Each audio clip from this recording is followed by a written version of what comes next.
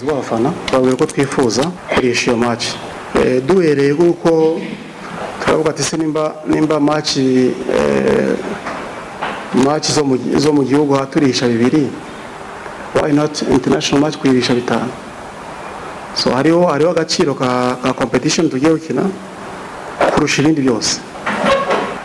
Bari byo APEC n'amafaranga byo nta wahakana kuko nta ekipe idashaka kwinjiza revenue kwisi aho ivikagera. So bitanu rero ni twahaye agaciro ka match kugira ngo na complete twari rwabone yabyo. Nabindi byo gukumira abantu kuri stade ngewe Richard simbyemera. Ntihagire uzana kubesha ngo nakoze ibiciro ngo abantu baze kubera ikisi bajes.